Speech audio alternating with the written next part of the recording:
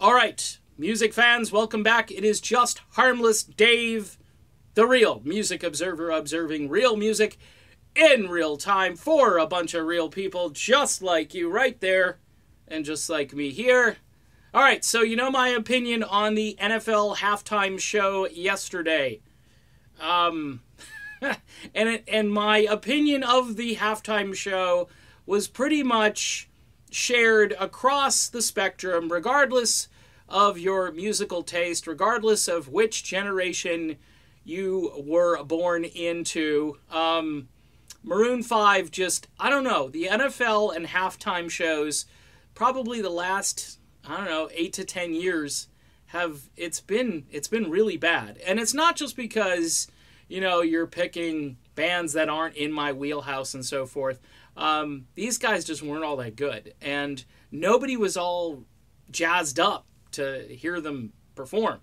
But, and this is a fairly large Sir Mix-a-Lot sized but, the national anthem sung by the incredible Gladys Knight. I'm getting choked up here because she just absolutely killed it.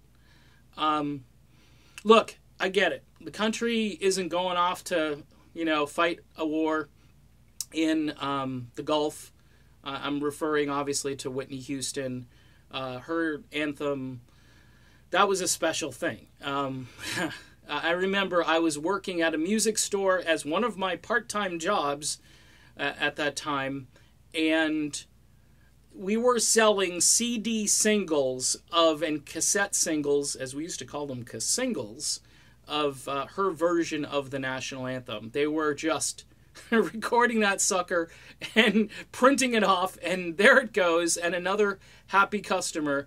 The little hairs back here and the little tears here. I mean, the thing, it's just, go back and watch it and know the backdrop of what's happening to the country at that moment.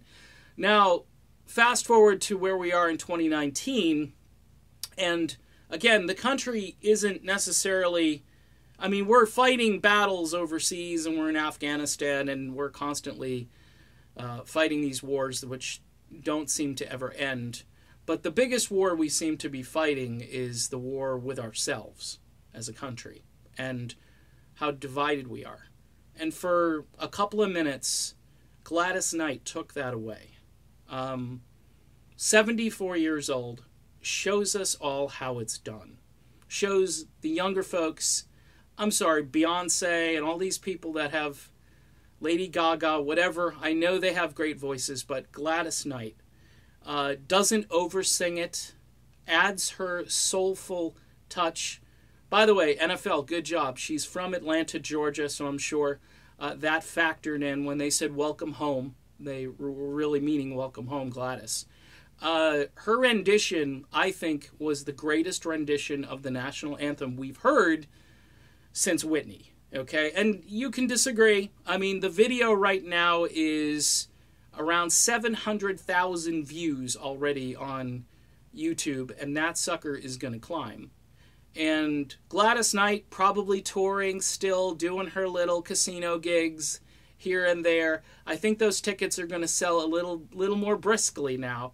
A living legend, the Empress of Soul, and I can't say enough about Gladys Knight. So just a tremendous version of the national anthem. If you haven't seen it, if you missed it, go and watch it. It will restore your faith in music, and maybe even the fact that we can be unified as a country for a couple of minutes.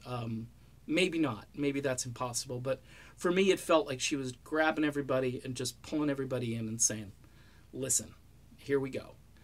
All right. Can't really talk anymore.